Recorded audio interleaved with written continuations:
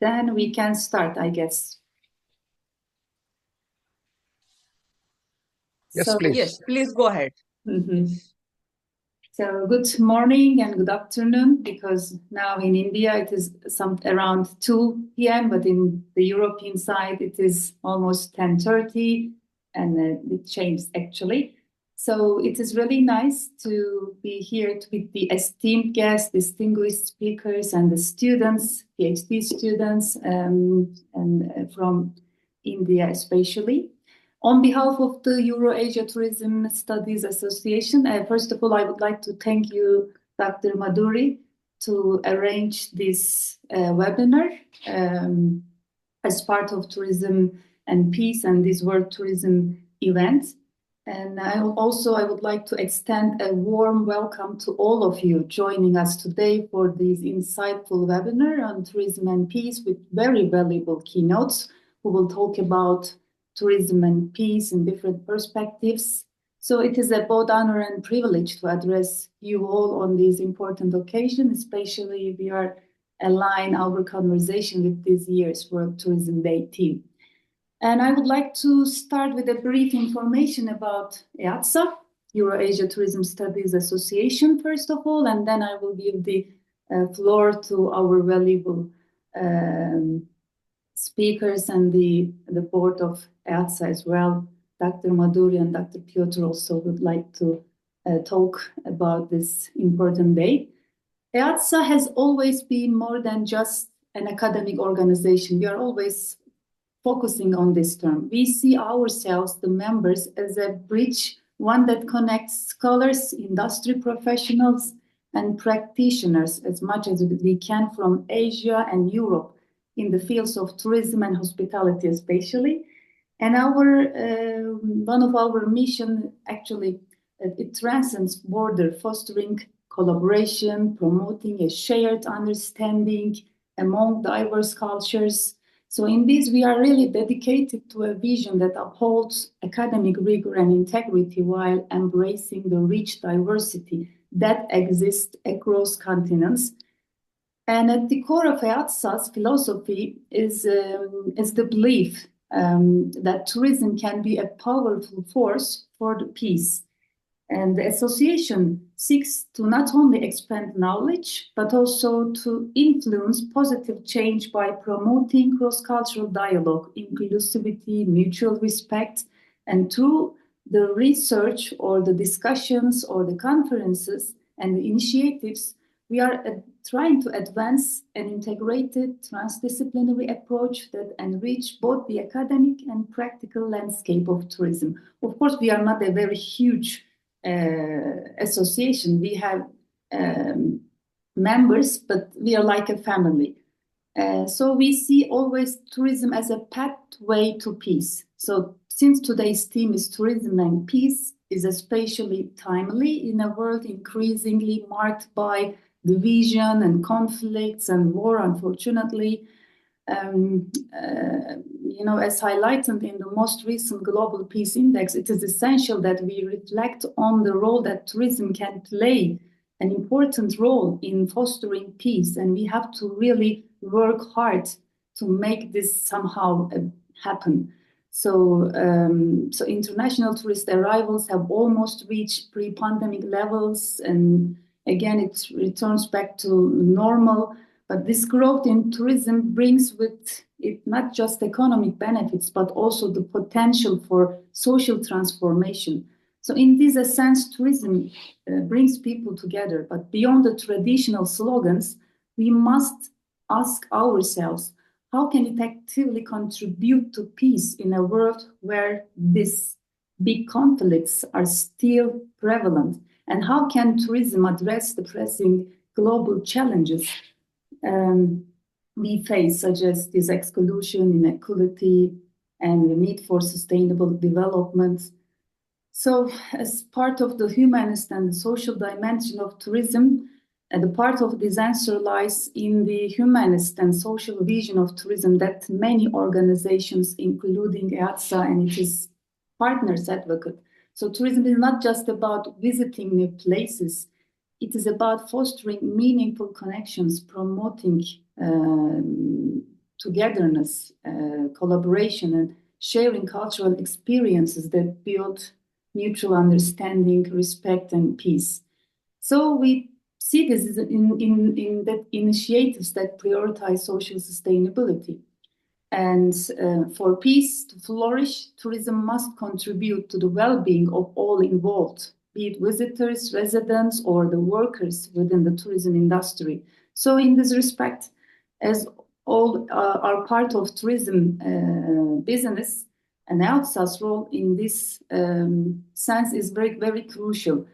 So since we continue to support collaborative research and dialogue, we are contributing to the building of a more peaceful world, starting with the exchange of ideas and knowledge. So we try to organize such kind of, conferences, meetings, platforms, or webinars, or research networks, provide such kind of possibilities, platforms for scholars and practitioners to share their experiences, findings, their thoughts, and innovative solutions, or if they want to say something important, they're always very welcome. So then we know our organization's one of the main issue and unique position in terms of building peace through tourism in Asia and Europe and in the whole world. So that enables us to foster connections and geographical divisions. So I would not like to continue longer to that talk because we have very valuable presenters and keynotes, and I'm really eager to listen to their perspectives, and they have lots to say for today in that sense. So as we embark on this webinar, I encourage all of you to think about tourism, not just an industry, but as a force for good, one that can bring people together, promote peace, and create a more just and equitable world. So for that, even EATSA has a journal, Eurasia Tourism Studies Journal. So we have this journal as well, and Dr. Simon was the chief editor. So we are very welcome from all of you, from our keynotes, to even publish their talks regarding today, or if they would like to publish research papers, these PhD students. And if you want to say something about tourism and peace or related topics, please also send your papers and talks, contact with us, and especially Dr. Simon. So I just want to remind this as well. So thank you, and I look forward to valuable insight our speakers will share now. Also, one kind reminder, throughout the seminar, we will take questions only from chat box, not orally during the webinar. So if you have any questions, please ask your questions through chat box. Thank you for your participation. And now the floor, you, Dr. Madhuri. Yeah. Namaste from India, and I welcome each and every participant who have come for this important webinar, that is tourism, research areas in tourism and peace. Like this year's decision of World Tourism Organization to designate tourism and peace as a theme for World Tourism Day 2024 is particularly timely in the light of current global climate of conflict and division. Dr. Kevsar has already mentioned that Europe and Asia is coming together, and we are sitting together on a platform and talking about peace. That in itself is a gesture of peace tourism, I suppose, especially when we talk about an academic landscape, especially related to tourism. Tourism has a significant influence in fostering cross-cultural understanding as a foundation for peace and sustainable development. And it plays a very vital role as a catalyst for peace, mutual understanding, and friendship among people worldwide. I think Dr. Kevsar has already briefed about our organization, that is Eurasia Tourism Studies Association, which in itself helps researchers, PhD scholars, even post-graduation students and graduation students from Europe and Asia. Tourism, this year's webinar, Dr. Kevsar, can you please mute the participants? Okay. Yes.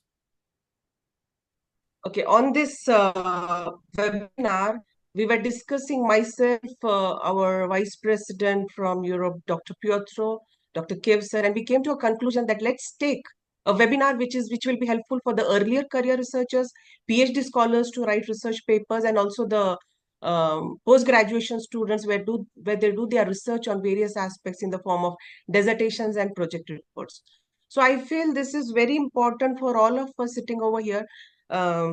To talk on a very important topic, that is peace and tourism, especially related to research. So I welcome each and everyone over here, the professors, the early career researchers, PhD scholars. I can see some assistant professors from various parts of India as well, the students, the industry stakeholders for this important deliberation. I also welcome Dr. Aldi Di Russo, Dr. Venkata Rao, and Dr. Sergii Iaromenko for giving us, who will be giving us important insights on this particular area, that is tourism and peace. And like Dr. Kevsar already mentioned, please put your questions in the chat box so then we can take it at the end of the presentation. So I request Dr. Kevsar to please introduce our first speaker, Dr. Aldi Di Russo. Thank you. Thank you, Dr. Madhuri. So Aldi Di Russo is our first keynote and a valuable speaker. And Aldo earned his degree in physics at the Sapienza University of Rome in 1976. After a few years of scientific research, he shifted his professional career first towards communication technologies and then towards addressing the languages of new digital media. From 1980 to 1995, he has cooperated with Eni and the Italian oil company for the creation of audiovisuals and multivision in oil fairs worldwide, and with Italian Broadcast Corporation in the educational sector. In the last 20 years, he has focused his professional attention on the narrative of culture, conceiving and directing over 200 audiovisual projects related to stimulation of cognitive experiences linked to cultural heritage. He has received awards at the international level, in particular the Blue Genius, the AMI Experience Award, the BAMA Award, and the E-Culture Award and Sagittarius Award for Cultural Communication, as well as the Art and Tour Festival, in which he won in 2019 and 2020 editions in the cultural heritage category, and he has contributed to important exhibitions and narrative museums to reconfigure the economic positioning of peripheral territories with respect to tourist and cultural flows. In recent years, he has collaborated with several creative and cultural enterprises proposing an innovative experience in methodologies and languages on the cultural heritage of ancient Greece in the European identity. And now he's currently involved in building an audiovisual approach to show the cycle of medieval frescoes of the Basilica of Sant'Angelo in Formis. He's an active researcher and trainer with over 50 publications on new media, languages, and culture. So welcome again, Dr. Aldi Di Russo, so we can listen to your valuable talk. Thank you very much for all of you. Thank you very much for the invitation. Thank you very much for the Kevsar presentation. That doesn't mean that it means only that I'm very old, because the list of the works says directly this. The title of my presentation is Kalepatakala. I chose the title in Greek, in ancient Greek, because it's a sentence from Plato, from the Republic of Plato. It's very difficult to translate into English because the finest things require effort. That's the simple meaning. Or the beautiful things require effort. But it's not so easy, the translation, because we are facing with two different civilizations, and For instance, for the ancient Greek, beauty and virtue were the same thing. So for us, it's very difficult. Beautiful can be something exclusively aesthetic. Okay. Anyway, the title in Greek conveys a suggestion against the deterioration of our culture, that we are living, if we are here in the 2024 dealing with war, meaning that something is not perfectly working on the planet. And Madhuri, when Madhuri says Euro-Asia together, please, students, focus on together. Together is the key point. And it's a key point for a culture. The reason why I go in the ancient Greece is because the ancient world is, let me say, the brick on which to rebuild the values of humanism that are beginning to lack, affecting life in general, and consequently tourism cannot be an exception. The value, the original value of what we call West start there now are really in crisis. One of them, let me start with a quotation about on Albert Einstein, the great scientist. One of them, the interview quoted by his thinking is about change. His reasoning was, let me say, something like this. If I wake up in the morning with the same thought I had yesterday, I will make the same choices that will lead to the same action that will lead to the same results. But if we want to change the results for research, the results for my barber shop, the results for my trip, if I want to change the results, I have to change the actions. But first of all, the choices, and first of all, the thinking. This could be the summary of what I want to tell you about Tourist Award. We are experiencing the crisis of thinking. There are many words today in the world. I don't have to remind it. But there is something else that to me doesn't work. In Italy, for example, where I live, we have experienced the drama of fascism, which led to war. But now the coalition that governs is close to the fascist thinking and was voted by people. In France, at the European election, were won by a party that has its origin in a Nazist Vichy.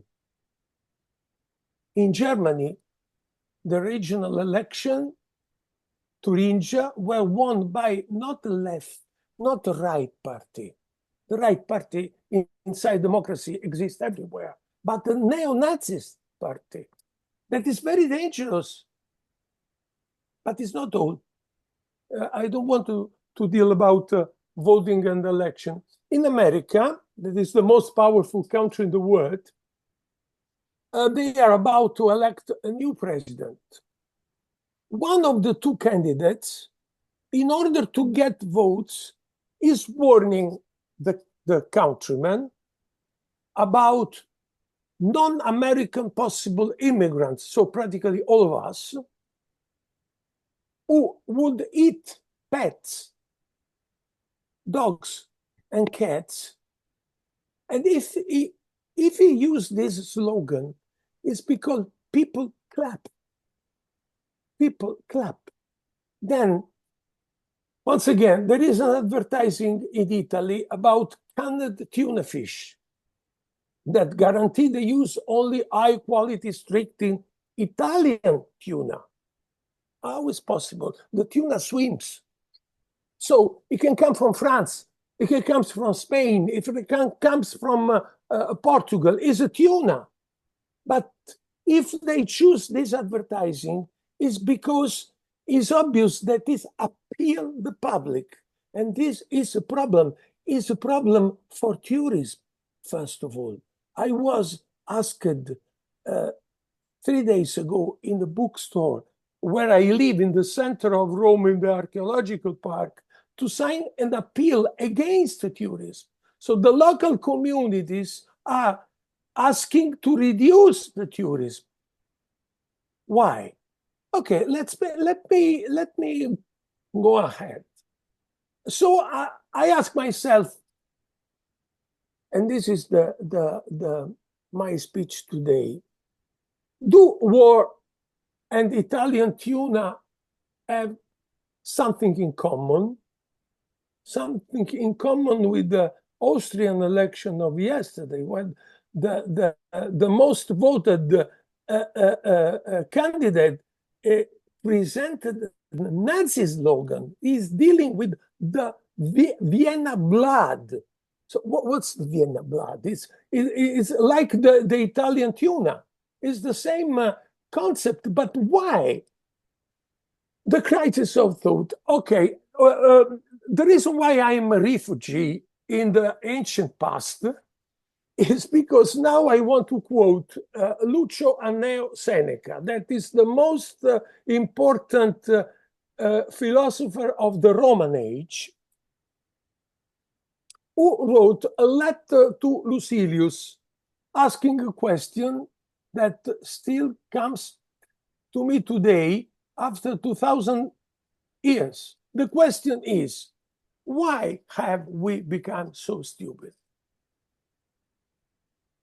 I translated yesterday from Latin to English. This letter is a nightmare of Italian students because it's translated many times from Latin to Italian. I translate in English and I ask you the permission to read because I don't want to make any mistakes, okay? I just to quote some lines. We are 2,000 years ago. Okay. None of us goes to the bottom. We only grasp what is on the surface and do not take into account the truth discovered by the wise. It seems dealing with a social network, right? But we are 2,000 years ago. I go on. A few minutes of study is enough because we are busy with other things. It looks so modern. Once again, we refuse, for probably the most important, we refuse to correct ourselves because we think we are perfect. And to be perfect is a problem. At that time, they didn't have the algorithm that says all the time that you are perfect. So this is why I love to study the classic. These assonances informs us that we can go through the origin of our vices, virtues, values after 2,000 years, or we can discover that certain attitudes are part of the human nature or have always existed as prejudice or as natural condition. So, ladies and gentlemen, something is happening in the world. The human species is no longer rational. This is the reason why we have a war. Developed countries are culturally deeply underdeveloped. Unbridled individualism locks people into, can I say, ancestral tribes, converting patriotism into nationalism. That is the opposite. The growth of populism is through the entrenchment within the word identity. Identity. Identity, what is erasing the history of communities. And social values. This is the reason why Italian tuna fish and war are two aspects of the same madness. There is an Lebanese novelist that you surely know, Amin Malouf, who fled during the Civil War, so he experienced war and peace personally, and just published a book called The Identity Trap. Identity is the ghetto that makes us think we are proud, but at the same time it excludes us. American first, somebody says, which then allow everybody to say Portugal first, or Turkey first, or Germany first, Italy first, nation first. But the real patriot says the best first, whatever they come from. Otherwise, you cannot grow and learn. Identity is a trap. To go in deep, I need, once again, Latin to clarify what I have just said. If you ask Seneca, Augustus, Cicero about identitas, that is the Latin word from which identity is derived, he would reply that he did not understand, because in the Roman Empire, the word didn't exist. The word originates in the 4th century in the Christian environment to define the identical nature of the Father, the Son, the Holy Spirit, as an extension of the Latin adverb idem, that means always the same. A culture, by definition, is something that is reconstructed every day from encounters, from tastes, from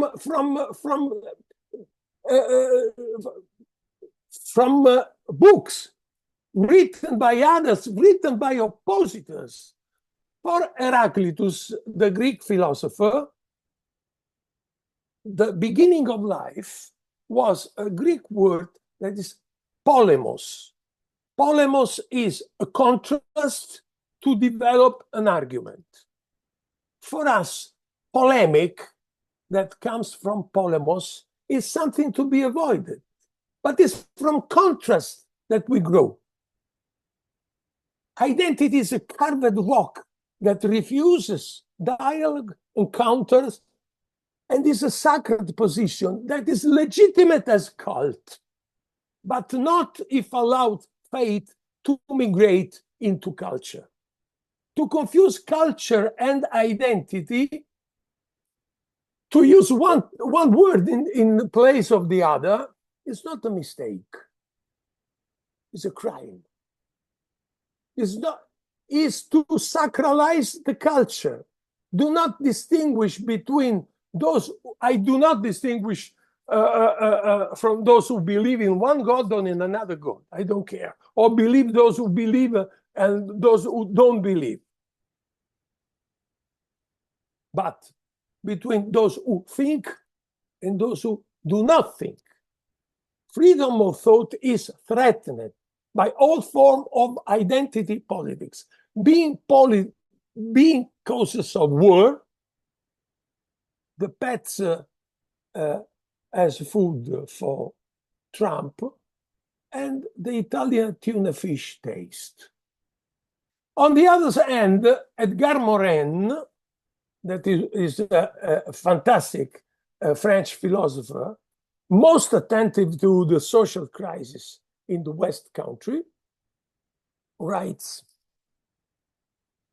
"We are not experiencing the crisis of democracy. We are not experiencing the crisis of a society dominated by money." Sorry, I'm reading because I don't want to make a mistake. The crisis of humanism, overwhelmed by violence. The crisis of a planet devastated by the omnipotence of profit. the health crisis triggered by epidemics. Above all, we are experiencing a more insidious, invisible, and radical crisis, the crisis of thought. Destructive, because without critical thinking, without the ability to abstract think, we would not be able to construct the reason for our action. We would not be able to recreate the process from theoretical knowledge.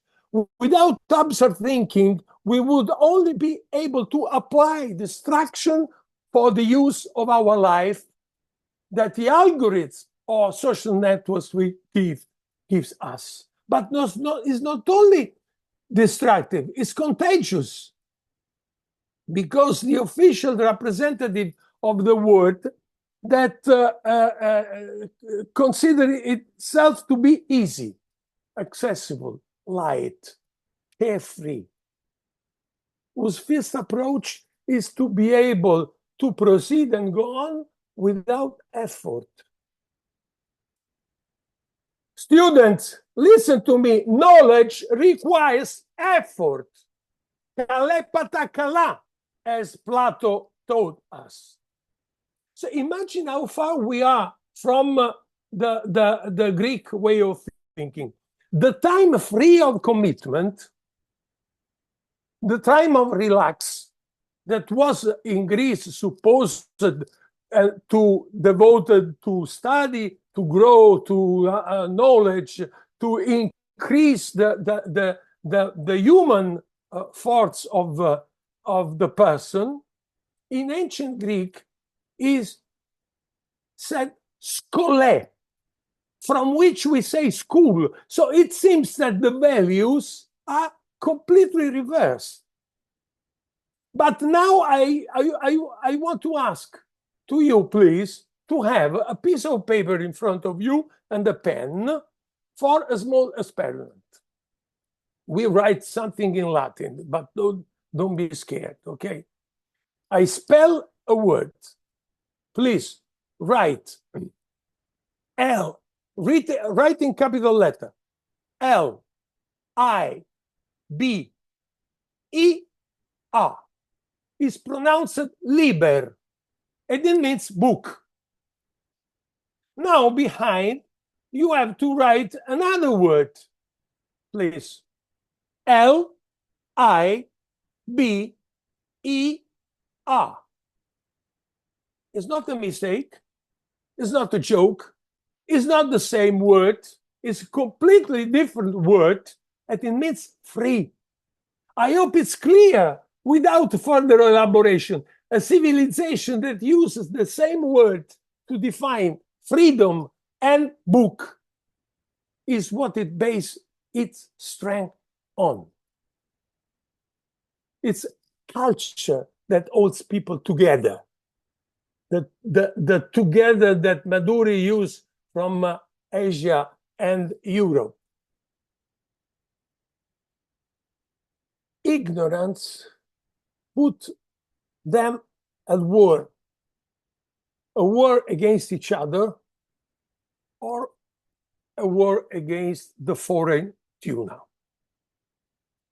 In the conference, a minister, Italian minister, was accused of me that pushing the culture free for young people, the museums free from young people, saying the culture costs money.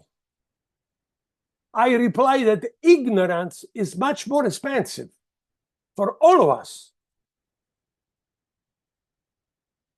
Books, the liber, the Latin book, is not for knowing, it's for thinking. Dear students, when you close a book, the question is not what the book says, but what it makes you to think about. A prestigious American philosopher, sociologist, a little bit controversial for his political position, but is one of the father of cognitive science is called Noam Chomsky. In one of the famous paradoxes, try to explain the immobility of people unable to find a solution of a cultural degradation. Probably you know the paradox. It's the paradox of the frog. Okay, this is a frog that swims. It comes in the same tradition as the Andersen, as Walt Disney, as Hesiodus, that produced story of animals to deal with our problems. A frog swims calmly in a pot of water. A fire is lit under the pot, and the water slowly heats up. The frog finds this quite pleasant and continues to swim. The temperature rises. Now the water is warm. Gets a little tired, but not scared. The water now goes too warm, and the frog feels very uncomfortable, but is weak and doesn't have the strength to react. The temperature rises again, and the frog is simply boiled to death. If the same frog had been plugged into the water 50 degrees, it had jumped straight on the pot, out of the pot. Chomsky is telling us that the frog did not die from the boiling water, but it died because it was adapted to an hostile environment. He died from the inability to decide when to jump out. We are the frog, adapted through fears of the future to be inactive, adapted to decline aesthetic in our cultural products, adapted through fear of the unknown to follow our talent. And here, once again, the ancient Greek comes to our help. Happiness, which might suggest the mindless life, in Greek was eudaimonia. Eu is good, but daimon, that for the Christian is the devil, daimon was the talent. Support your talent. Let's reclaim our talent, cultivate our future without fear.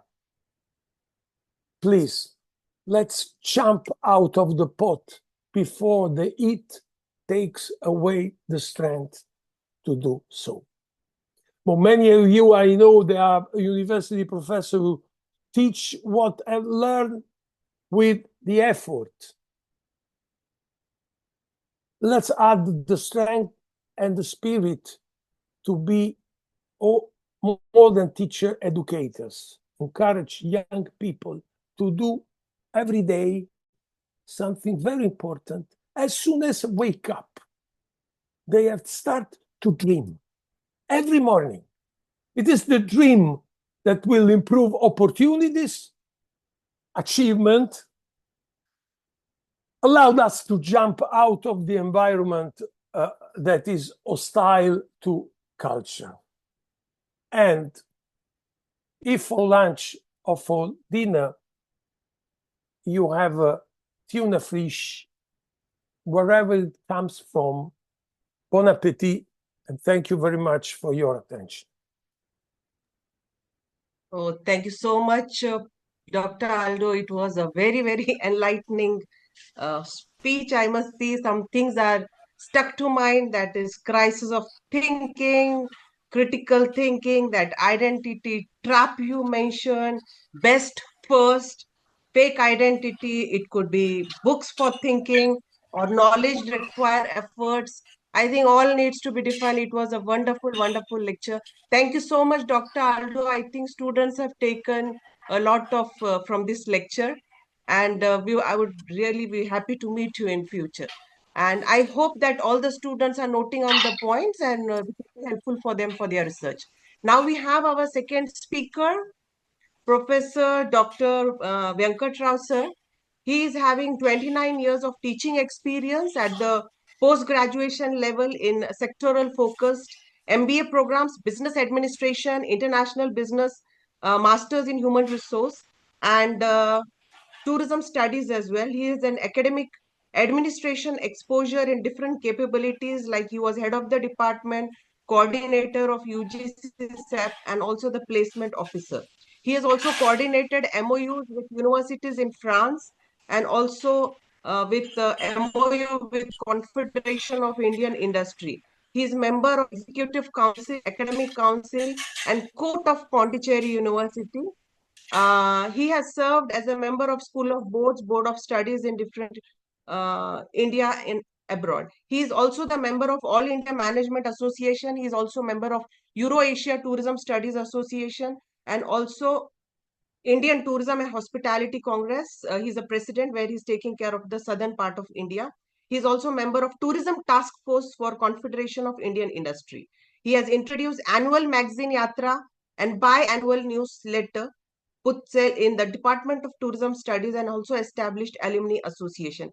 He has done important 6 major research projects, 7 books and written papers 50 plus which are published in the reputed journals. I welcome you, Professor Dr. Venkata Rao, on behalf of Euro-Asia Tourism Studies Association, and I ask you to please give your deliberations. Thank you so much. Thank you, ma'am. Thank you so much. My voice is reaching you, ma'am. Yes, Am I sir, audible yes, to you? yes. Yeah, you're right, audible right. and we can see your screen as well. Yeah, screen wagon. Fine, thank you. Right. So first of all, I'm very much thankful to the administrative body of our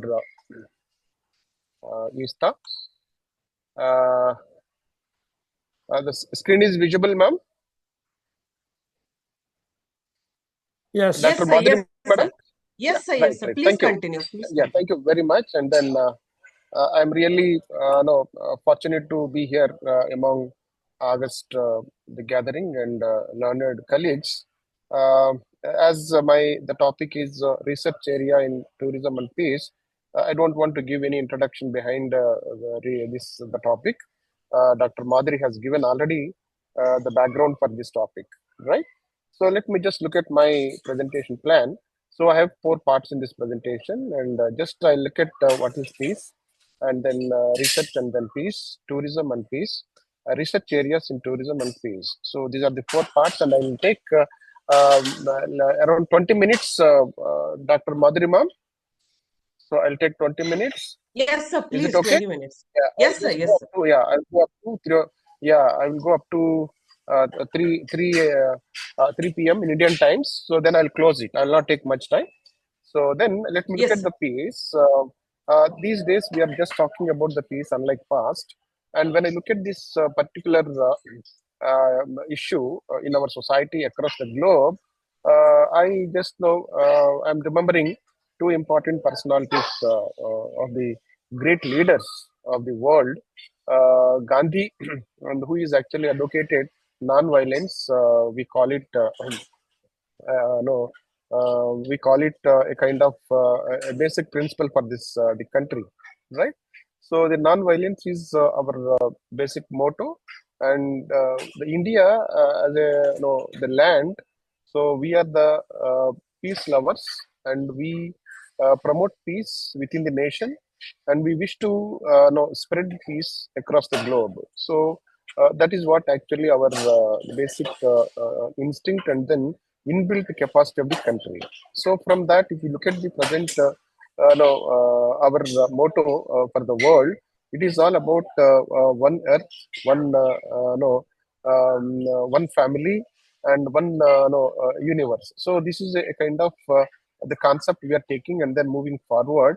So being the nation of highest populated country, so where you can see we used to take a kind of Vishwaguru role, and then by thinking that Vasudhaiva Kutumbam, that means the entire universe is one family.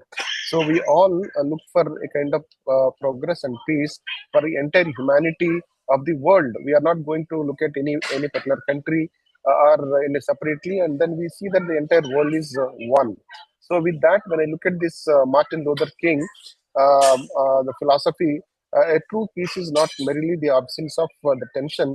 It is all about the presence of the justice. It is, we have to just look at the justice for all by just ensuring the inclusiveness and then equality among the people of the world. In that context, if you look at the peace is helping my the friends when they need me. So that is the way you can look at. And peace is when everyone cooperates and then listen to each other. So in that context, when you look at the humans in the society, the peace is our utmost uh, prerequisites for our survival and sustainability in the society.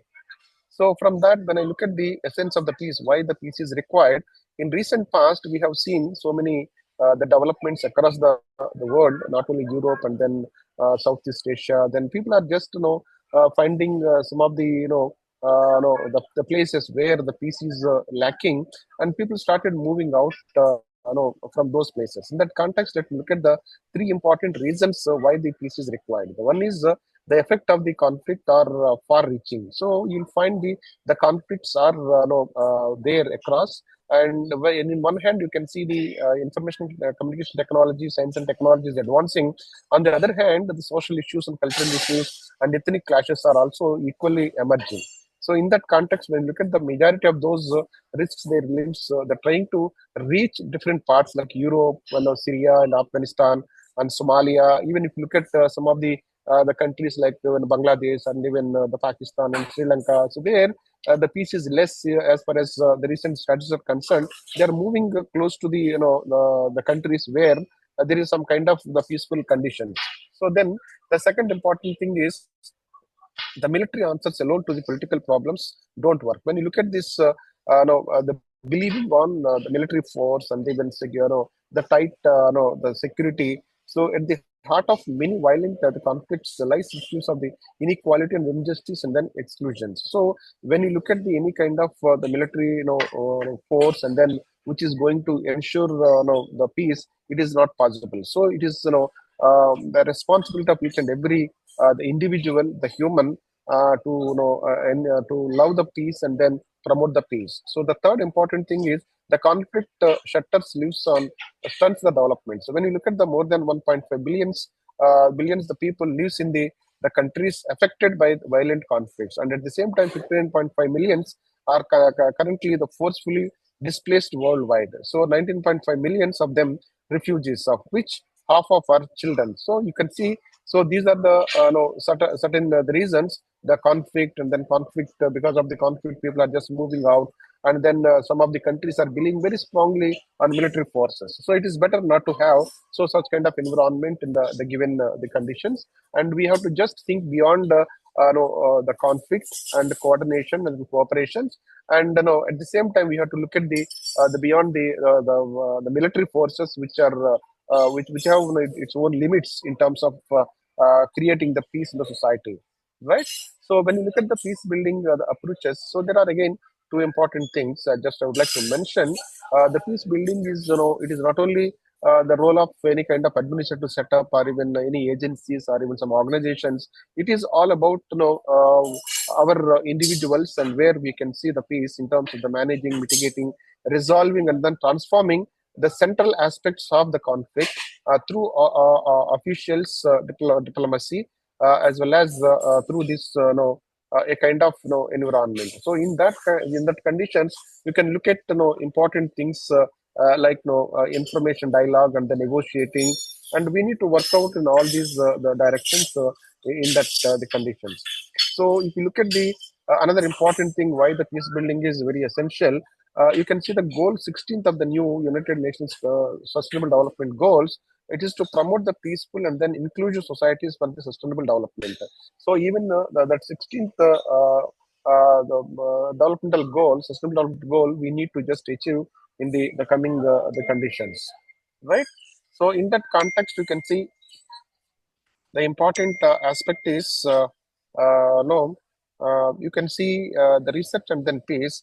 then how the research is going to help to support the institutions and organizations, and then even individuals also, because of the result of the research, then ultimately the shade among the individuals of the society. In that context, if you look at the research and then peace, the nature of the research and then its relations with the peace. So since my topic is related to the research areas in tourism and peace, I would like to look at the what extent the research and then peace, these two are interrelated. So when you look at the most important fundamental principle of ontology, it refers to the assumptions about the nature of the reality. So when we are doing any kind of research, so the research supposed to be reflected the reality. So most of the conflicts generally you can see in the society, and even the individuals also, they have some kind of misconceptions because there is no right information no, in the society. So when the right information is not there, so that is going to create some kind of the problem. So here, when we are conducting any kind of research, we're supposed to look at the society well-being, society, no, the peace and society safety and security. So from that perspective, we have to look at the every research, whatever it may be the subject, that may be tourism, even science, or social sciences, or pure sciences, technical the courses. So we have to look at no, every scientific phenomena from the point of from the point of no, the peace.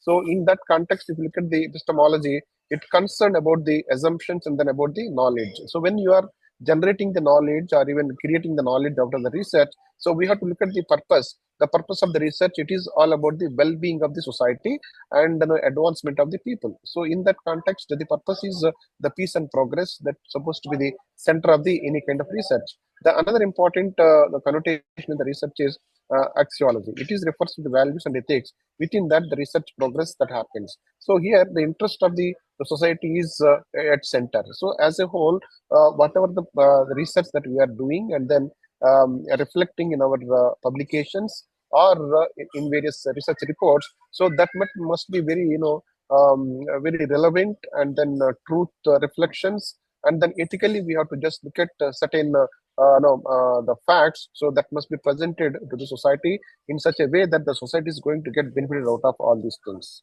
right?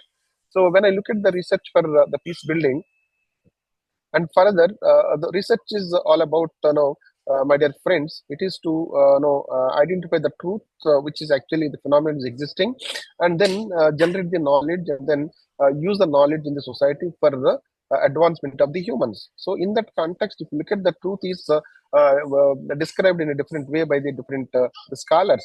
It is basic human instinct, and then curiosity is the root. In that context, the truth is end, and the knowledge is the means. So research is supposed to have this kind of the broader perspective when you look at the peace point of view. So then the research is all about researching a phenomena that is the reality already existing, and then operates in the nature of nature or in the universe. So when you look at any kind of conflict, why the conflict is happening, the conflict is the main root cause for insecurity and then all these things. So when we are doing a research, so the research is supposed to bring out the truth and then generate the knowledge that is going to just just eliminate the kind of conflict. So at the same time, the research is all about the pursuit of the truth. So the truth must be reflected. So that means we have to understand any kind of conflict that is there among the ethnic groups, or even some kind of among the societies. So that must be looked at in a broader perspective.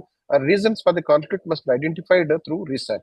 Then the purpose of the research is to add the human knowledge. So as a whole, you can look at the entire the phenomena of these studies, and then generation of knowledge, understand the truth, and then enlighten the knowledge of the people based on the research. So in that context, when you look at the tourism domain and tourism field and how it is related to the peace. So when I see that the tourism and then peace, the tourism is a socio-economic phenomena. We all aware of that, and at the same time, the people travel from one place to another place for a specific purpose. So when we look at the tourism phenomena and the tourism operations, and people just moving from one place and then staying in the destinations, and impact on the destinations, and then influence on the local community. So in that perspective, if you look at this tourism, it is all about to promote the responsive and then sustainable and universally accessible the tourism, and then that also should be equal to the all the individuals. And at the same time, if you look at the important the connotation of the fundamental aim of the UNWTO organization, it is to promote and then development of the tourism with a view to contributing to the economic development and then international understanding, peace, and then prosperity. So that is the main aim of the tourism. People travel from one place to another place to understand the other part of the society, other part of the the environment and the nature. So from that, what we have to just look at how we can make use of these for the betterment of the society by just creating the peace in the society. So in that perspective, if you look at the further, so how actually this the tourism and then the peace are interrelated. It is actually these two are intertwined and have been discussed for several occasions starting from 1920. In 1929, the British Travel and then Holidays Association inaugurated a kind of conference, and where they emphasized on the travel for the peace. So so there are many milestones, including United Nations Tourism Passport to the Peace year in 1967, and then 80s declaration by the World Tourism Organizations in Manila. So that for the first time, they highlighted the tourism as a force for the global peace. So these are the certain other aspects. In 1986, further you can see International Institute for the Peace through Tourism, based on the aspirations, and then the tourism became the world's largest peace industry, with every tourist being an ambassador for the peace. So that means, and the last the 4 decades, if you look at the these two, the tourism and then peace, these two became very interrelated, and then the tourism is driven towards the tourism, the society progress, and then peace, right? And then this was followed by the several conferences, including one in Jordan in 2000. So that produced the Amman Declarations on Peace through the tourism. So ultimately, what we can see that the peace is going to be established so through tourism. And with that background, so understanding the relationship between the peace and then the tourism and then declarations and then emphasis on these two important things, I would like to look at the research areas in the tourism and then peace. So if I see the tourism and research, so then you can see the tourism, the research is a recent phenomenon which was started in the recent past, and it is just 20th century, the last quarter of the 20th century only it was started. In 1960s, 70s, the many universities were started in various parts of the world, including the Britain. And then, so later you can see the studies on the academic field, including the tourism, taken as a kind of research subject. So further, the first tourism research journals, such as the Journal of the Travel Research, the first published in 1962, and the Annals of Tourism Research 1973. So the many international conferences were also established during that period, and the research started in tourism.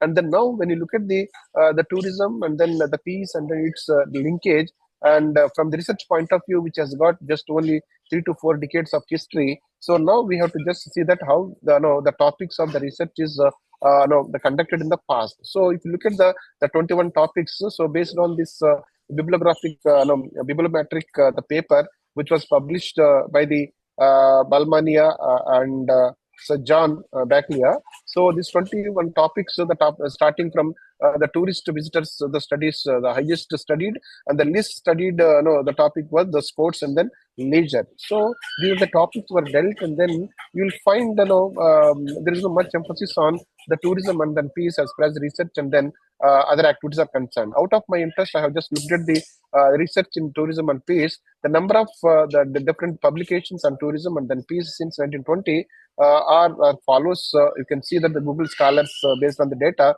the last 20 years, you can see the 26,000 the papers, and 20 to 1980, between the 20 years, so you can see 49,000, and 60 to 1980, 16,000, the 40 to 67,000, and then 1920 to 1940, 6,000. So you can see the gradually after the world wars, and when we just looked at the tourism as an important the phenomena for peace building and the peace promotion, and research also started gradually increasing, and especially 1920 and 1980s, so where we had more disturbances in different parts of the world. So many the research, the papers were published during 1920 and the 1980s, right? So nearly 50,000 the papers were published, right? So then when I look at the research areas in the tourism and then peace, especially the research, the tourism research related to the poor tourism and then poverty reduction. And then you can see the supply chain of the entire economic activities, starting from traditional agriculture, transportation, handicrafts, and then wealth creations and the destinations. So these are the various topics we can look at. The research also related to the youth and then women, and then essential seasonal employment for both youth and then women. And we need to look at the women, especially the equality, removing the gender barriers, and then creating awareness on the social stigma, because largely you can see the conflicts that are happening related to economics, related to inequality, and then lack of inclusiveness. So these things we can just the promote by just developing the tourism. So for that, even the tourism also providing SME opportunities at the lower expenses, and you can see that anyone can start a business without much investment, right? So in that context, you can see how this kind of the tourism promotion is going to help the society to bring the kind of inclusiveness because of the promotion of small scale industries in tourism, right?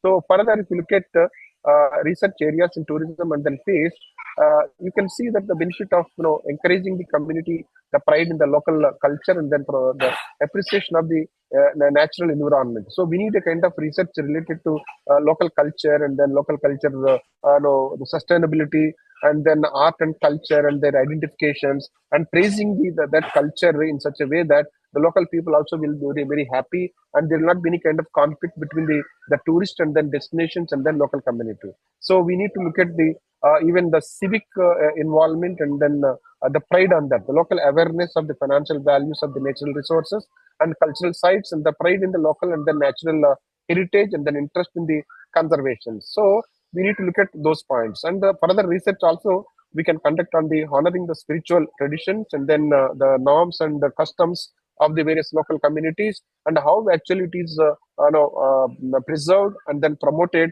through tourism, because tourism is such kind of instrument. So we can just the promote a piece by using the tourism as a tool, right? And further you can see various the conflicts between the army, and then you can see a kind of the security forces. So that also we can just eliminate by developing the border tourism, and then removing the tensions in the borders, and then promoting the military tourism and army tourism, and then no so this kind of the tourism also we can promote, and then we can eliminate the misconducts among the individuals. So at the end, let me just look at one statement to summarize the everything. And if you look at the tourism and then peace, and then the conflict resolutions, and spreading the economic resources and protecting the environment, so we need various studies related to these dimensions. As I mentioned that there are very few studies on these dimensions, exclusively the tourism and peace related, and we have to come out with that kind of things. And if we just apply love in place of fear, so we at once again the domination of the poverty, so the crime and then diseases in our individual the countries, and we gain the peace between the nations through the mutual trust and then honor and then goodwill. So we can just look at when we just develop the brotherlyhood, and then a kind of oneness feeling, one family kind of concept, that is going to promote a kind of the broader perspective, and then tourism can become a center to the develop the peace. So the studies, the research studies that we are just the proposing and then thinking, so these studies are going to further bring out the real truth, and then the facts behind the conflict, and we can just resolve, and then we can identify the limitations of the military forces, and we can just stop the unwanted migrations of the people from one place to another place, and we can see the world is a place to live happily and in a very healthy manner, right? So with that, let me just stop my presentation here, and I look forward so other presentations to just sum up at the end, so that if any questions are there on this topic, I'm very happy to answer at the end. So thank you very much. Thank you so much, Professor Dr. Venkata Rao. It was a very good presentation. Yeah. We can see that although the slides were like 20, but we have taken a lot of efforts in preparing them, especially the chronological events and all the areas of peace and tourism. I'm definitely sure for the early career researchers, some of the topics will be very helpful to write some research papers, and of course the PhD scholars, future PhD scholars and the post-graduation students also will be beneficial. It was an Because of absolutely paucity wonderful of lecture. time, I didn't explain the details of the last part of various topics related to the tourism and peace. Right, in-depth analysis Okay, can be sir. done. To avoid any kind of conflict in the society, so that once we remove the conflict, the peace automatically restored in the society. So from that perspective, Yes, sir. the Yes, sir. tourism researchers can focus and then study extensively the role of the tourism in building peace in the society across. That is my point. Thank you very much. Yes, sir. Thank you so much. I Yeah, think we will give your presentation to the students, and it will be beneficial yeah, for please. them. Thank you, and thank you so much for giving your lecture from the airport. As we can see, you are traveling. So if you can stay back and answer some Yes, yes, I'll be questions there. I from have the a time, audience, madam. I have a that is time. fine. Yeah, Yeah. Now I yeah. hand over the charge So, to Dr. Pietro, who will introduce our third speaker, that is Professor Sergii. Pietro, Okay. Yes, Dr. thank you, Pietro. Madhuri. Now I would like to introduce the third special speaker of today's seminar. Dr. Sergii Iaromenko is an associate professor of tourism business and recreation at Odessa National University of Technology, Ukraine, which is important here because, as you know, Ukraine is the country which is suffering now from war. Dr. Sergii Iaromenko is also preparing another PhD thesis in economics on rural tourism development in my university, so Poznań University of Economics and Business in Poznań, Poland. So that's why we know each other. And this time, this PhD will be done under EU framework, which is also important. Dr. Sergii Iaromenko's research interests include cultural and rural tourism development, rural multifunctionality, tourism potential in remote areas, and also competitiveness of tourism destination and tourist behavioral intentions. His works have been published in several journals, such as International Journal of Heritage Studies, Economics and Environment, Journal of Tourism, Culture and Territorial Development, and Journal of Geology, Geography and Geoecology. 3 years ago, Dr. Sergii published a very important book. It was a textbook titled Tourism Resources of Ukraine. It is a textbook for students, which is now an obligatory lecture in discipline in tourism and recreation in Ukraine. So I think that his presentation now will be based, but I think not limited to the paper, his last paper titled Socio-Economic Framework for Cultural Heritage Loss and Rebuilding in Post-War Ukraine, which Sergii co-authored and as a first and corresponding author. So please welcome Dr. Sergii Iaromenko. Sergii, this virtual floor is now yours. Thank you for presentation, Professor Zmyślony. Thank you for having me on this webinar. It's very important for me to present my some thoughts about tourism, about different aspects of war conditions and how war can influences Ukrainian tourism industry. I will be briefly because of our schedule. First of all, I have to say that we have two parts of our war. We have to keep in our mind that the war in Ukraine will started from 2014, from Russian invasion in Crimea Peninsula and Donbass. Then we have some some negative aspects, negative factors for Ukrainian tourism industry, such as COVID. And we have a very important change in Ukraine's administrative reform, because it impacts on community-based tourism and some possibilities to get some budget for local budgets, for some local funds for developing local tourism. And from February 2022, the second part, or the second stage of the Russian-Ukrainian war, was from full scale of Russian invasion in north, south, and eastern parts of Ukraine. And also we have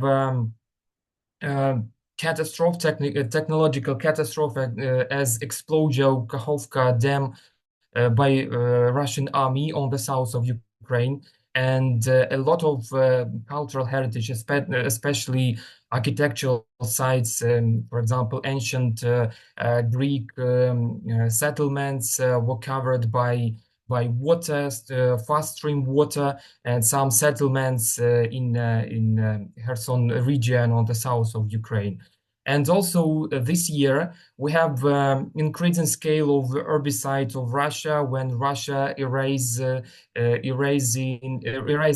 a lot of towns, especially on the eastern part of Ukraine. Some brief information.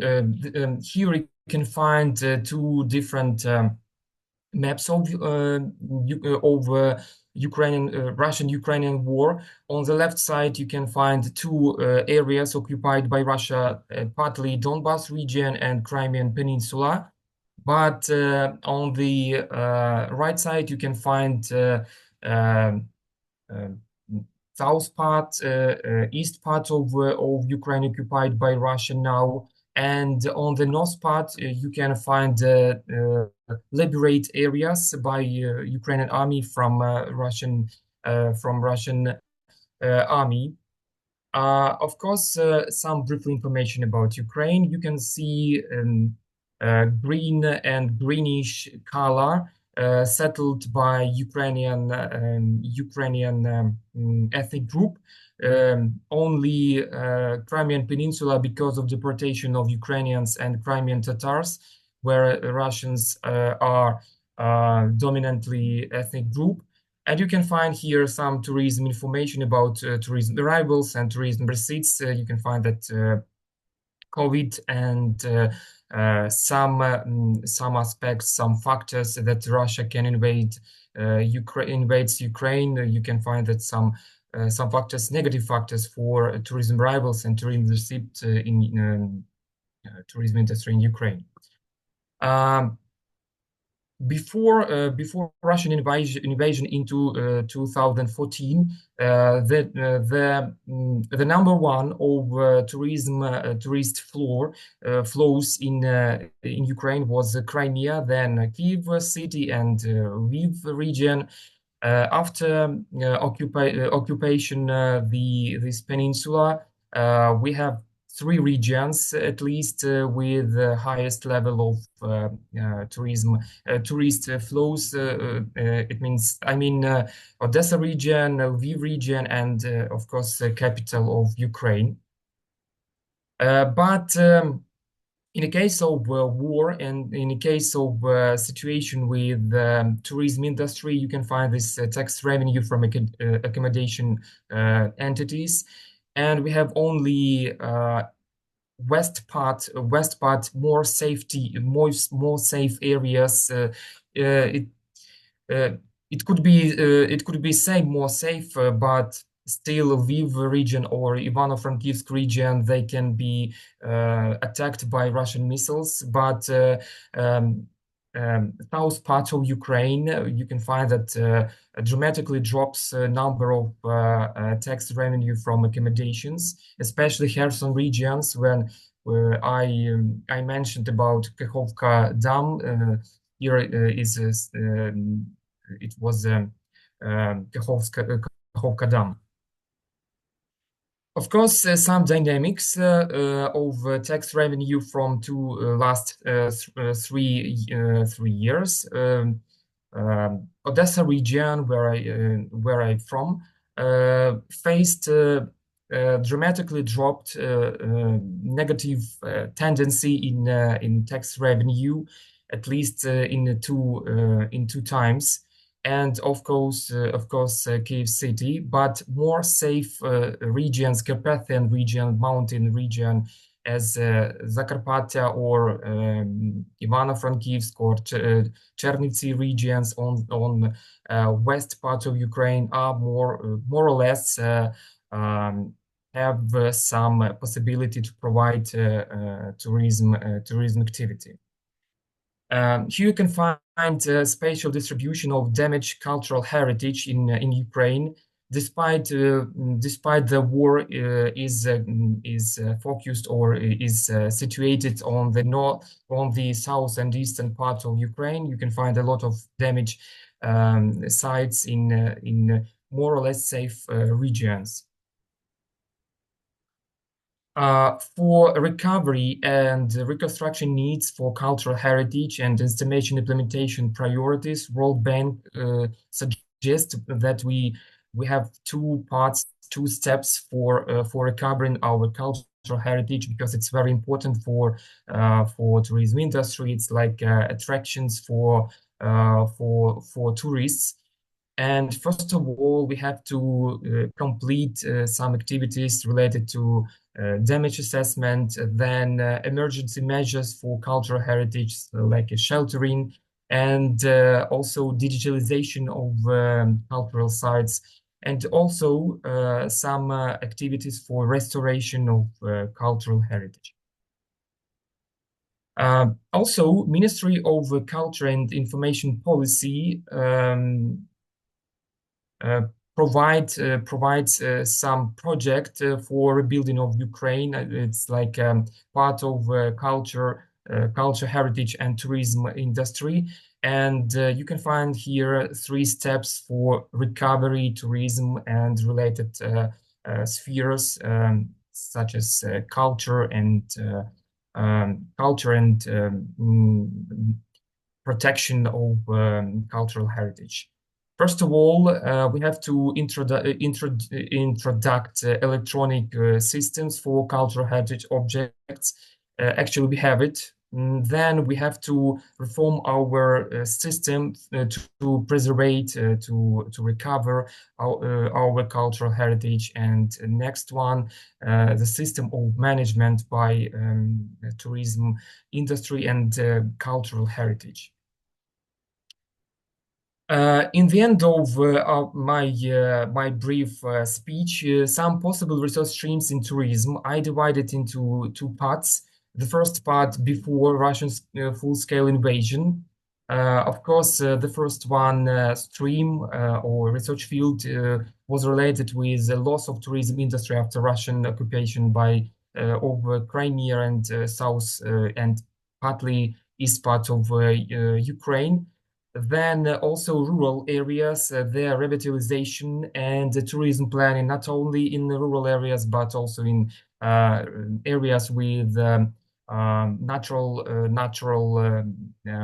natural areas for protecting there, and also some community-based tourism involving some towns, communities in towns, in small rural areas, rural settlements. From 2022, we have some more important themes, such as herbicides or destroyed or damaged, absolutely erasing rural areas, and what will be more important to recover, not only recovering some buildings, but also to recover this traditional or let's say community space, and also revitalization of rural areas, rural tourism, because now agricultural industry is more important for Ukraine, because Russia damaged industrial areas on Donbas region. and post-industrial rebuilding of erasing cities and towns on Donbas region.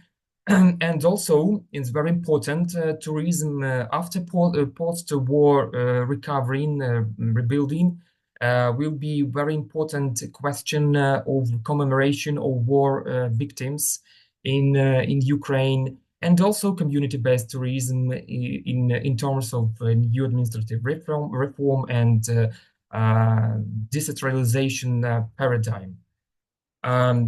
Here you can find the first 2 days of military herbicide in Ukraine, and this circles the number of destroyed buildings and erasing cities. Especially you can find an east part of Ukraine, but not only east part, you can find in different regions of Ukraine far from front line. And also cultural heritage is very important, not only to recover, to rebuild, but also for commemorate these buildings with some museums, some sites, and also we have two streams of damaged settlements and cultural cleansing. For example, Bakhmut region, Bakhmut town in Donbas was erased by Russia at all, but on some occupied areas, for example in the Crimea, Russia provides politics of cultural and ethnic cleansing. For example, destroyed by new buildings some ancient Greek settlements to show that Russia was in Crimea for a long period of its history, and erasing ethnical cultural sites for Crimean Tatars. For example, Han Palace was rebuilt without recovering authenticity in 2020. Some conclusions.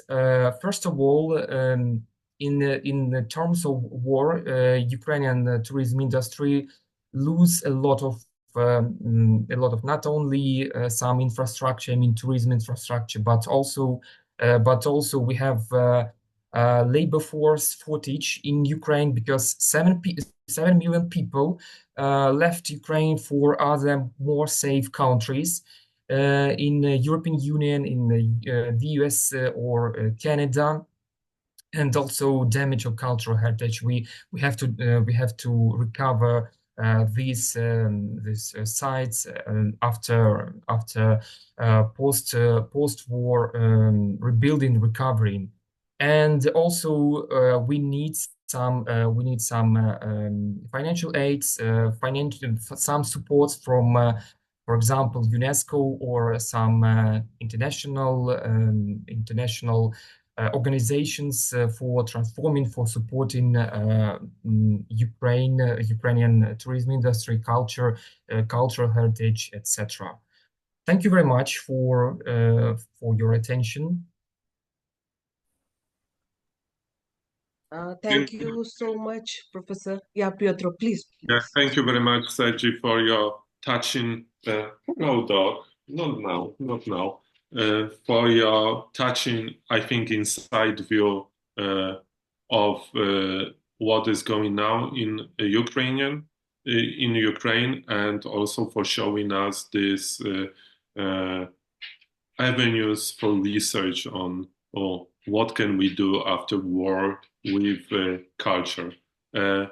Thank you very much again. Dr. Madhuri, now I think the floor is yours, because we are going to start the discussion on these three excellent presentations. Speakers. Yeah, first of all, I thank you so much, all the speakers. The presentations were absolutely wonderful. My students sitting over here in the classroom, they are 30 in number. They were very much excited to hear Dr. Sergii.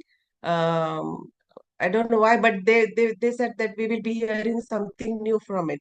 And it happened so. All the speakers were absolutely brilliant. And I have, you all can please give your questions, put down your questions if you all are having. all the participants? Some are sitting in the classroom, so you all can please write or message me.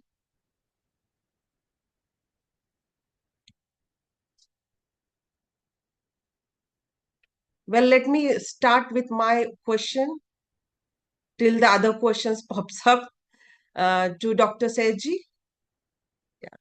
We have heard about the rebuilding of Ukraine on the tourism aspects. Seeing the photographs and pictures was very, I felt very heartbroken to see all the cultural side destroyed.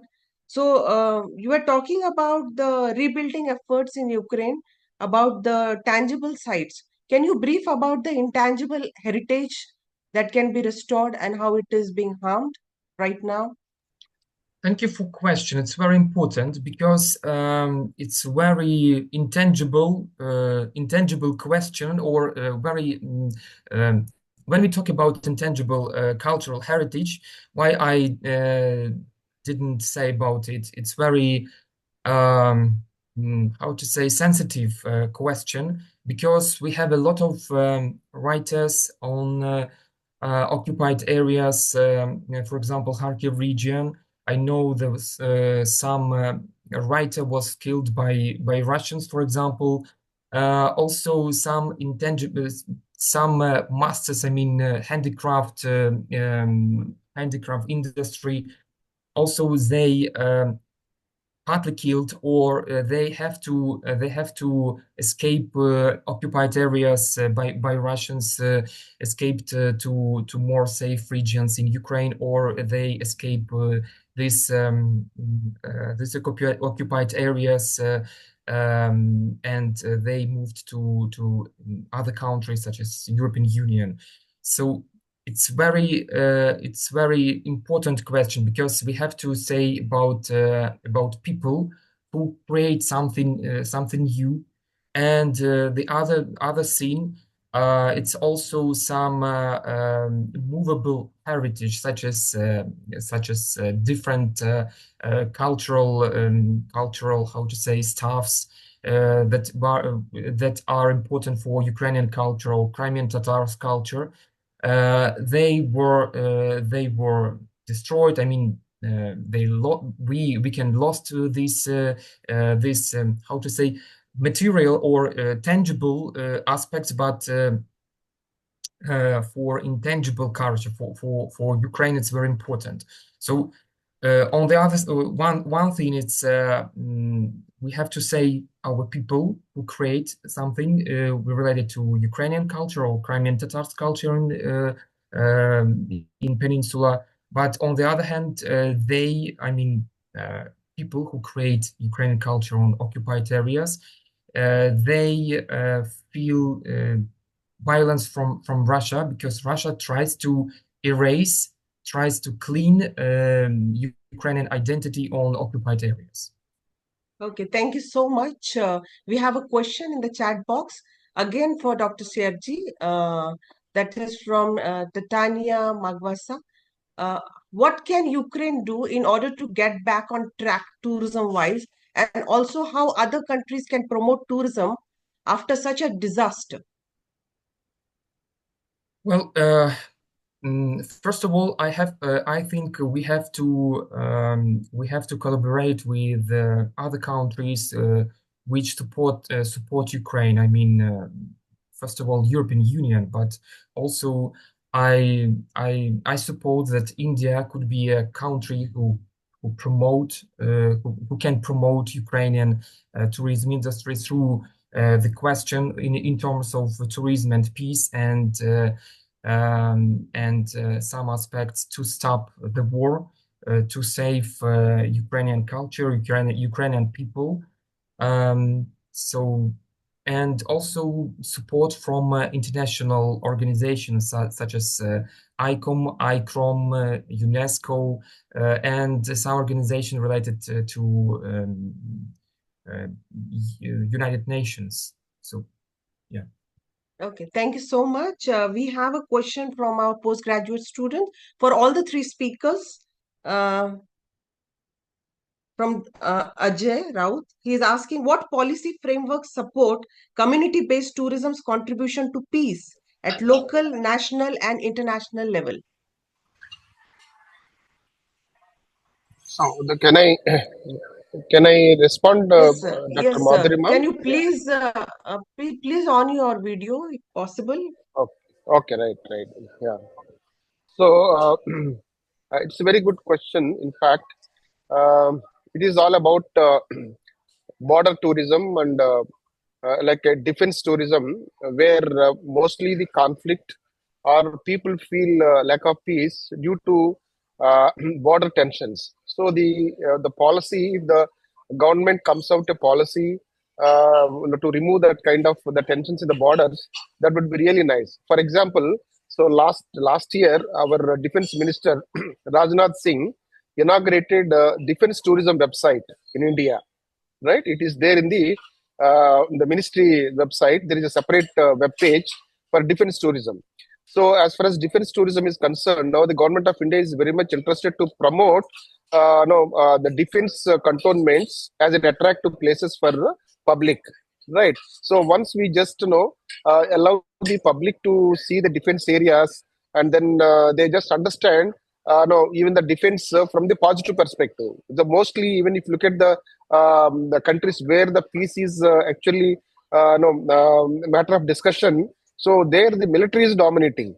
So the public supposed to have a kind of faith on the defense and the security forces, and they are not for they're not for against the public, and they are in favor of the public. So in that kind of the policy is supposed to be formulated in the each country level that actually influence the local community as well as the different levels, even international level, cross border also will be peaceful by eliminating the conflicts. So the government supposed to come out with merging the government international policy with the tourism policy is required for that. Okay, sorry for interrupting, but Dr. Sergii needs to leave now. So thank you, Sergii, once again for being Thank you very much. with us. Thank you very much. Thank you so much, Dr. Sergii. Thank you. So some other questions were for Dr. Sergii as well, but anyways, we will continue. What policy frameworks support community-based tourism? We want to hear it from Dr. Aldo. Professor Aldo? Sorry, my audio was off. Okay. I had the chance in the last meeting to say that for me, the contrary of war is not peace, but the contrary of war is culture. So any policy that supports cultures and not identity, that is the opposite of the culture, is improving the possibility to understand each other, and understanding is also the aim of understanding each other. Understanding the culture is the aim of the tourism that Kevser told at the beginning. Once again, can I go back to the Latin? Okay, there was a word from which our word interpretation, that everybody knows, was interpretatio. Interpretatio for the Latin meant something completely different from what we think. Interpretatio for the Latin was the aim to understand the gods of the other population, englobing the gods. So in the religion that is more than the culture, they exchange the gods, or they, through interpretatio, they try to understand which god of my culture corresponds to your god, and we put it together in the same temple. Okay, that was interpretatio. So the problem is to improve policy to open the mind. Open the mind means thinking. Sometimes when I'm not a professor, so sometimes I go in the university for the lecture that my colleague invite me, and the student says, oh, the digital environment, which is the best instrument that we have to learn to use, waiting that I say the computer. And all the time I say the driller, because in the digital environment, you have to drill the subjects and discipline and make the air pass through, because the air is too still in the brain of young people. And there is a wonderful policy and wonderful action that I suggest. Switch off the mobile phone 4 hours a day and open a book and read and talk each other.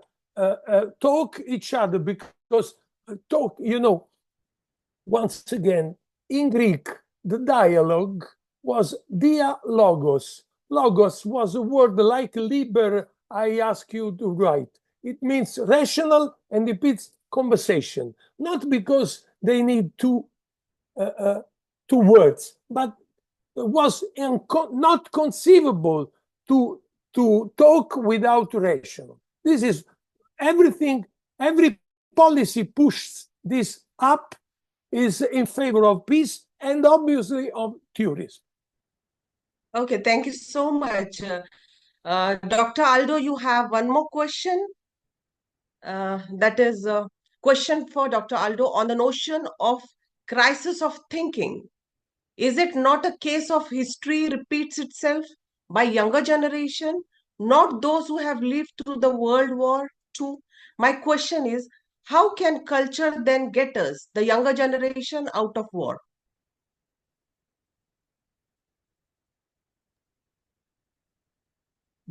Dr. Aldo. This is a question for the president of the world. I'm an humble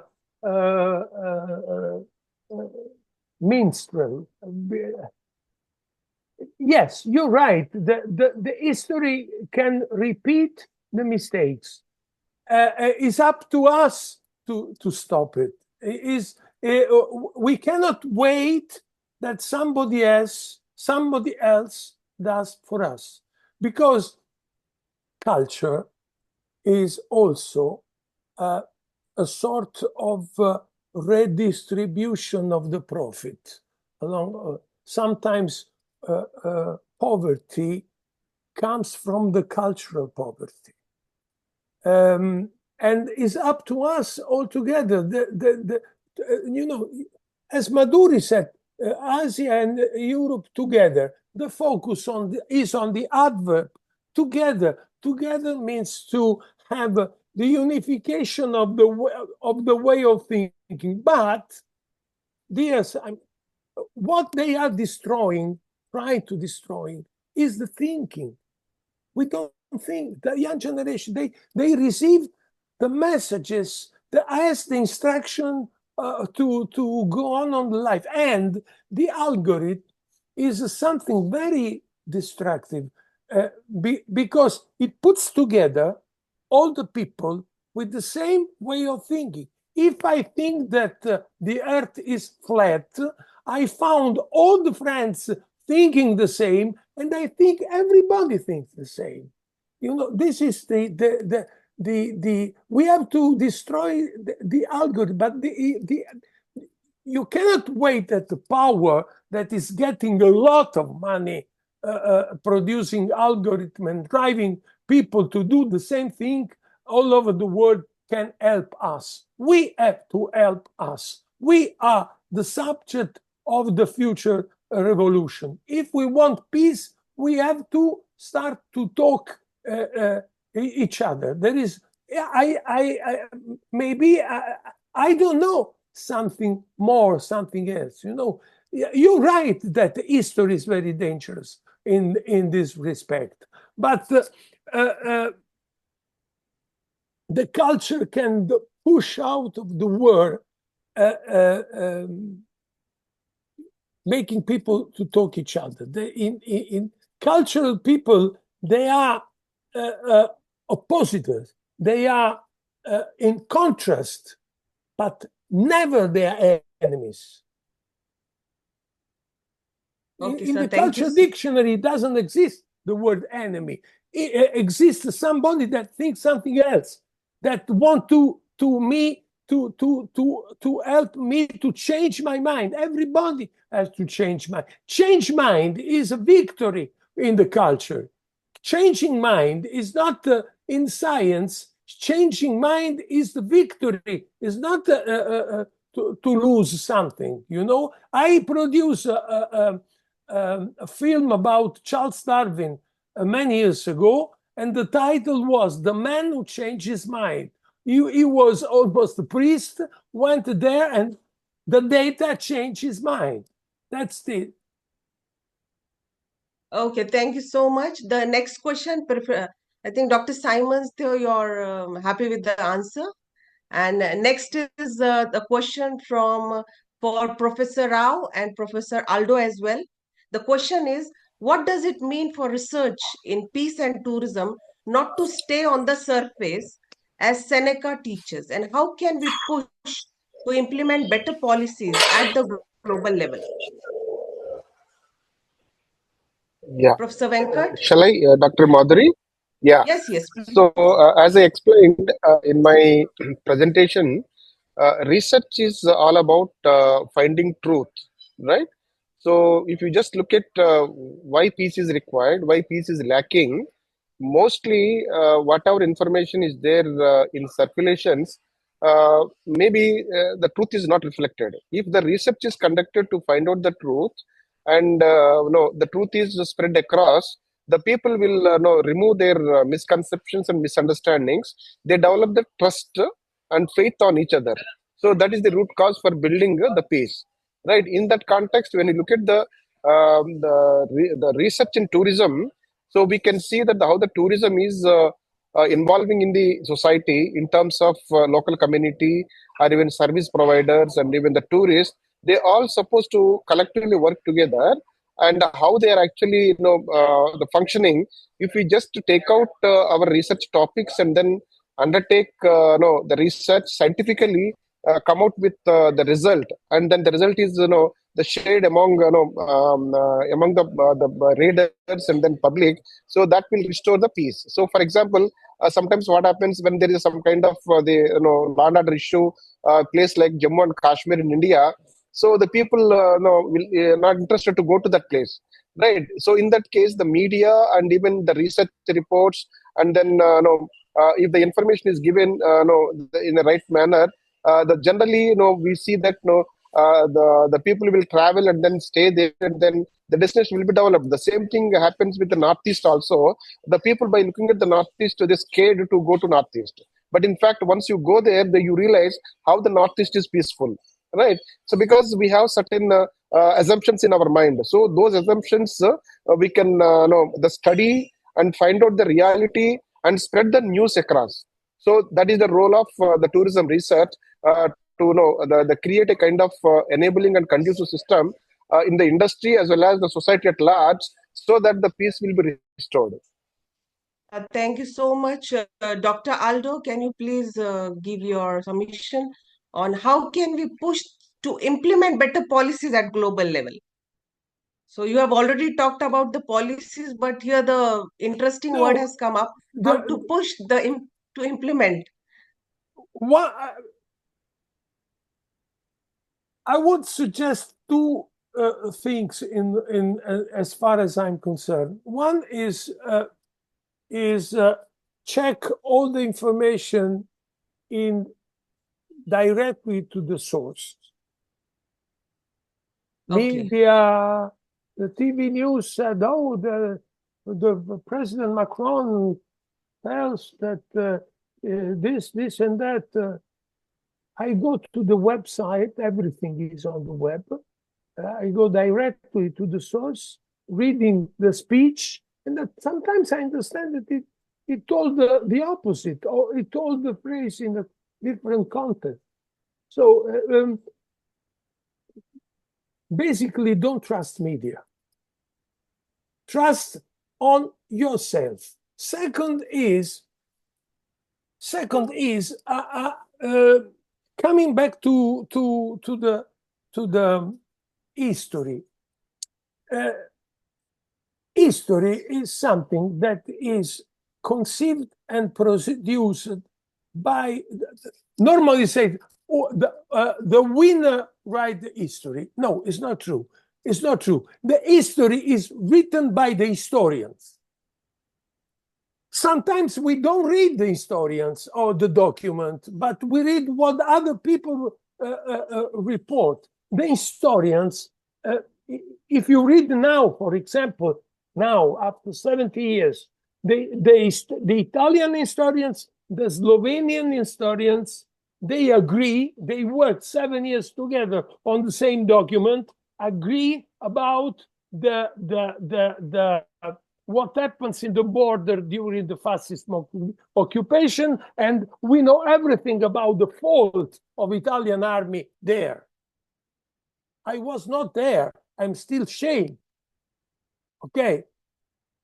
But together with the history, there is the memory. Sometimes memory is not based on the history, and it's legitimate because somebody killed my grandfather. I don't. It's very difficult to line up memory and history, but to line up memory and history produces peace. That is something that the policy should do. And school, university is deeply responsible on reading the history about the documents and not about the tales. Okay, thank you so much, Dr. Aldo. We are taking the last question because time is running. So this is the question for Dr. Rao on the notion of passport to peace. His question is, what is the visa, that is methodology, required for this passport to peace? Dr. Rao, this would be the last question. I think, yeah. So, of course, we use passport for permission to visit other nations, because passport is an identity, and through passport we take visa to visit various places, right? Of course, it has got its own benefits. When we look at the tourist who is actually traveling across, considered as a passport to promote peace. So this is what actually earlier the declarations very clearly mentioned. So that means, so when we are traveling, we just look at ourselves as a peace ambassadors, and we understand various the places, and then we can explain to the others, those who are not able to look at the reality, are not able to travel. So through that, so what we can do, we can just inform rest. So this is a reality. These are the facts. So based on that, a tourist can become a kind of passport to promote the peace through the travel, through learning the facts from the destinations and the facts from the situations. So that is the way we can look at that. Yeah. Thank you so much, Professor Dr. Rao. Yeah, now we come to the last part of our event, that is the vote of thanks. Before that, I really want to thank each one of you for patiently listening, especially the students, and students are coming up with a question. So that is a very important thing. So now I give the platform to Dr. Pietro for vote of thanks. Thank you very much, Madhuri. So I am going to be formal, which is hard in my case, as you know. Who knows me knows that it is hard. So on behalf of the EATSA board and the entire EATSA family, I would like to extend a special thank you to our three distinguished keynote speakers, which were Dr. Aldi Di Russo, Professor Dr. Venkata Rao, and Dr. Sergii Iaromenko. Thank you for your insightful and inspiring speeches. Today, we had the privilege of listening to your thought-provoking ideas on the relationship between tourism and peace from 3 points of view. So I am confident that your contributions will motivate us, not only young, but also experienced researchers in our future studies in this field. So I would also like to express my gratitude to all the participants and discussants for sharing your valuable perspectives today. And of course, massive thank you, as Madhuri said, a massive thank you must go to the students who are with us. So now the direct speech to students. Guys, you are the future of tourism, you are the future of peace, and you are the future of culture because you are smart, you are intelligent, and you are wise. So thank you for being with us. So I would also want to warmly thank Dr. Madhuri Sawant for organizing this great webinar. A massive applause for you, Madhuri, from all of us. Yeah. So I also extend my thanks to the organizers for giving me opportunity to share my thoughts. Thank you. Thank you very much. So let me just conclude what we learned today, because I took the notes. So from Dr. Aldi Di Russo, we learned that beauty, knowledge, and freedom require effort, and that the word together is a key point for culture and also for research. And also that the book means freedom, and that we must have courage to correct ourselves again and again to avoid the identity trap and ignorance and not become the frog in the slowly boiling pot. So from Dr. Venkata Rao, we heard that the research on tourism is growing very fast, or even speeding, I would say, and that we need to study the nature of conflicts simply to learn how to avoid them and follow the sustainability goals in our research. And from Dr. Sergii Iaromenko, we explored that war will never stop culture, will never stop life, and will never stop free thinking and research.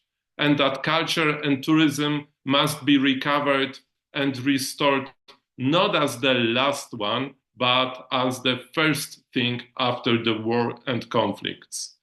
So today, we focused on tourism and peace, and I would like to say that EATSA family holds a unique position to discuss this topic as we bridge Europe and Asia, two continents united geographically, but also in scientific understanding. So let us continue to both travel and do research, first responsibly, seeking opportunities to promote mutual respect and understanding and deeper cultural exchange through this dialogue. So, thank you very much for being with EATSA today. I would like to wish you all a wonderful World Tourism Year, not only the day. Thank you very much. Thank you. So, Dr. Madhuri, madam, I'm just leaving the room. Thank you. Yes, sir. Yes, please. Thank you. So I think that's all. I would like to thank you as well, and hope we are looking forward to future discussions and initiatives we will undertake together. So Yes. in our next webinar. Yeah. Thank you so much, everybody. Thank you so much. You can please leave the meeting. Bye-bye.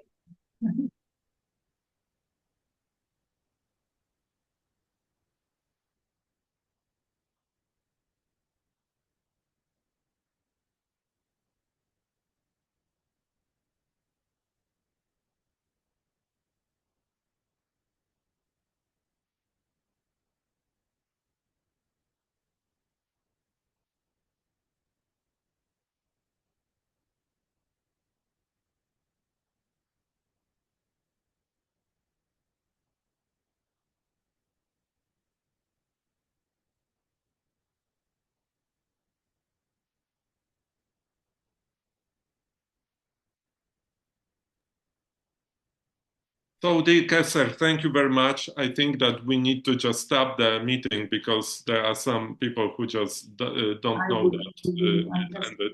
Some questions as well. So thank you very much for your participation. Thank you very much. Do you have the attendance list? I think I need to ask this to Madhuri. We already recorded the session, so